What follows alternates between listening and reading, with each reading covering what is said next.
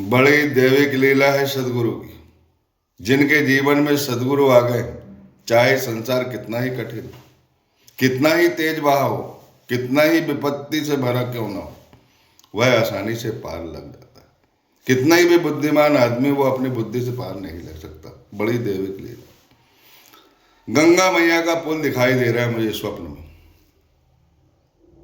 बीते बुधवार की रात्रि में मुझे ये स्वप्न आया। मैं शिरडी जाना चाहता था, बाबा को कपड़े पहनाने की इच्छा रखता था, उनके भक्तों के लिए उपहार लेके जाने वाला था। और मैं चिंता थी मुझे बुधवार को। मैंने अपने मित्र से बात भी किया था कि रिजर्वेशन नहीं मिल रहा है। उसी रात को बड़ा अद्भुत, बड़ा विलक्षण स्वप्न, पुल दिखाई दे रहा है। नदी का जो बहाव है वो पश्चिम से पूर्व की ओर दिखाई दे रहा है और तेज बहाव दिखाई दे रहा है। गंगा में ऐसा लगता है कि नर्मदा का बहाव। बड़ी अद्भुत लीला है। मेरा मित्र, मैं पुल के नीचे खड़ा हूं, मेरा मित्र पुल पे है। वो पुल पार करना चाहता है, पुल से जाना चाहता था। उसे पानी से बहुत भय लगता है और मैं ऊपर नहीं पहुंच पा रहा हूं। और मेरा मन भी हो रहा है कि मैं नदी तैर कर पार करूं। साईनाथ महाराज की अटैची मेरे पास रहती है, उसमें कपड़े रहते हैं, उनके भक्तों के कपड़े रहते हैं, उनकी समाधि के कपड़े रहते हैं। लेकिन वो अटैची खाली सी रहती है, बड़ी अटैची रहती है। और मेरा मित्र बार बार मुझसे मिन्नतें कर रहा है कि पानी में मत घुसना, डूब जाएगा। कोई नहीं बचा सकता थे, कोई काम नहीं आता। मैंने बोला ये नदी मैं पार करूं और मैं जाऊंगा तैरते हुए। और वो चिल्ला रहा है नाव वाले को कि भैया मेरे मित्र को बचा लो, पार लगा दो। कोई गाना गा रहा है, राम जपू राम जपू राम जपू।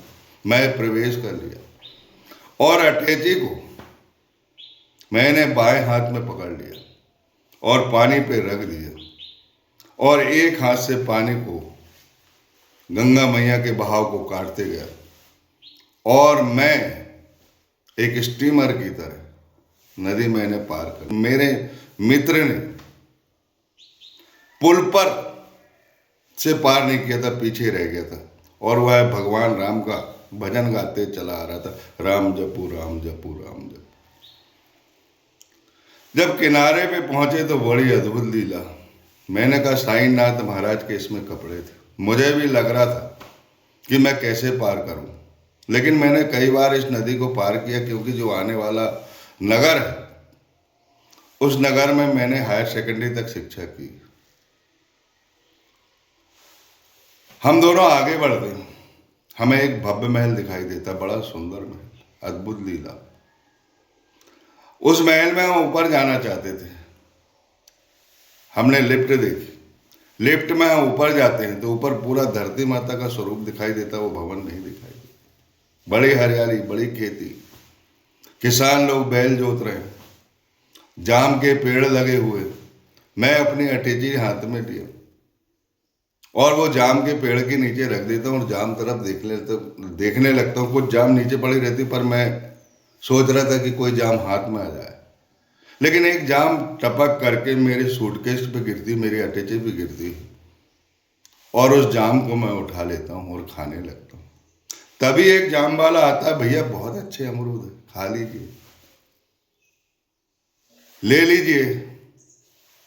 पर मेरा उस पर ध्यान नहीं जाता, क्योंकि साक्षात पेड़ से ही और बहुत से अमरूद पड़े थे और बहुत पके पके बहुत अच्छे अमरूद लगे थे और बहुत सारे पेड़ थे, बड़ी अच्छी खेती हो रही थी। मैंने उससे बोला भैया साईं मंदिर बता दो हमको। तो बोले साईं मंदिर थोड़ा सा आगे।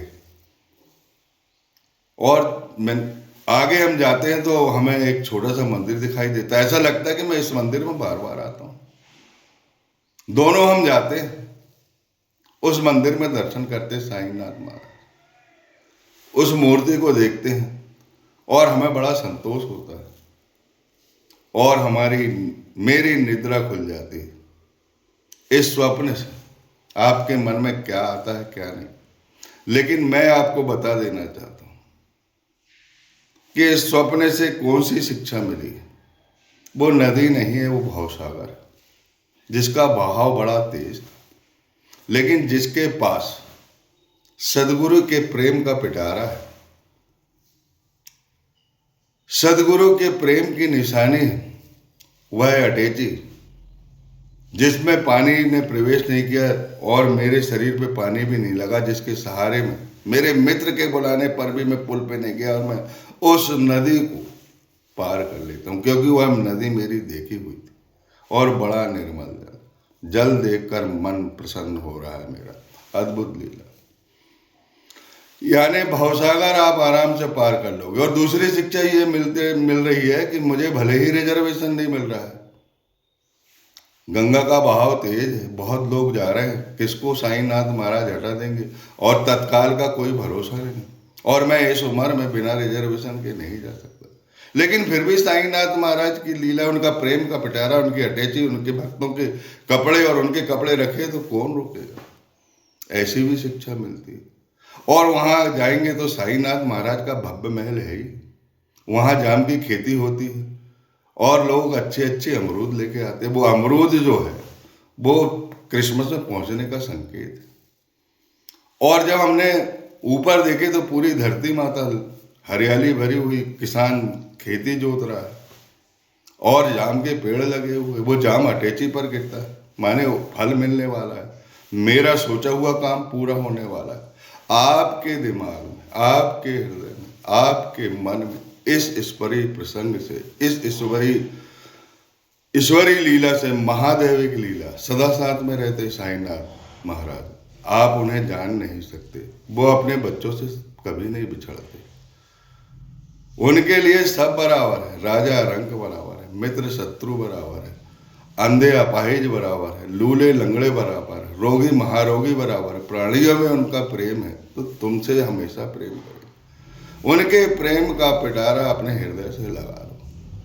साई चरित जो है प्रेम का पिटारा है, रहस्य में जाने की जरूरत। ज्ञान रूपी अमूल्य रत्न का वो भंडार।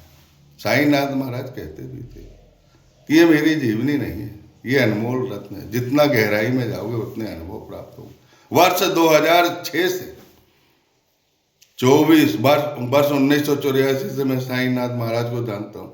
22 वर्ष मैंने गंवा दिए मांगने के लिए, धन दो, पैसा दो, ये दो, वो दो, गाड़ी दो, घोड़ा, कुछ नहीं।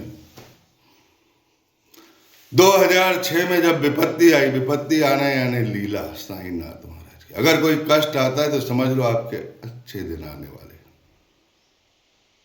और 2006 में उनका अनुग्रह हुआ मुझे। डूब रहा हूँ सागर के हिलोरों में, तड़प रहा हूँ, बचाओ बचाओ, साईनाथ महाराज ने मुझे बचाया। घर ले गए, दीप जलाए और ऐसे ऐसे चमत्कार हुए जिसकी लीला का वर्णन नहीं कर सकता। और मेरी बारी कराते हैं एकादशी को, कार्तिकी एकादशी को, और कार्तिकी एकादशी का ये फल मिला। 4 चमत्कार हुए और फल 1 मिला मुझे स्वप्न में। उन्होंने हरे कपड़े पहनकर मुझे दिखाया, मैं समाधि में कपड़े सुधार रहा हूँ और हंस रहे हैं। और मैंने बोला उनको, क्यों हंस रहे हैं आप? बोले, मैं इस समाधि में भी हूँ, मैं जीवित हूँ और बाहर भी हूँ। दूसरे दृश्य में मैं बाहर की समाधियाँ सुधार रहा हूँ, कपड़े बिछा रहा हूँ, तो वहाँ पर भी प्रकट हो जाते हैं, कहने लगते हैं जो दूसरे की मदद करता है, जो दूसरे की सहायता करता है, जो दूसरे के कष्ट को उठाता है, वो मुझे बड़ा प्रिय है, मैं उनसे बहुत प्रसन्न रहता हूँ। उसी आस में मैं कपड़े ले जाना चाहता था इस क्रिसमस को। और 20 साल पहले का जो उत्सव, जो साक्षात प्रत्यक्ष साईनाथ महाराज ने मुझे 2006 में मुझे दिखाया,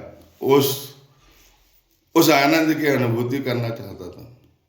इसीलिए मैंने कह दिया कि इस क्रिसमस को बड़ा चमत्कार होगा, बड़ी दैविक लीला होगी।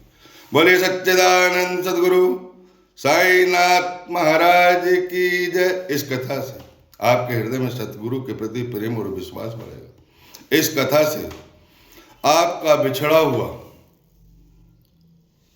कुछ भूला हुआ, कुछ बिसरा हुआ भी आपको कुछ प्राप्त हो जाएगा।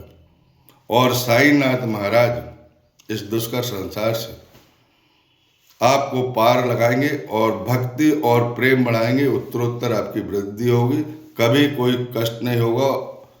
इसीलिए साईनाथ महाराज के प्रेम का पिटारा, उनका साई चरित्र, उनके कपड़े लेके चला करो। बोलिए सच्चिदानंद सदगुरु साईनाथ महाराज की जय। जो सदगुरु से प्रेम करता है उसकी लीला भी बड़ी आवर्णीय है। साईनाथ महाराज और शिष्य में कोई परिवर्तन नहीं है।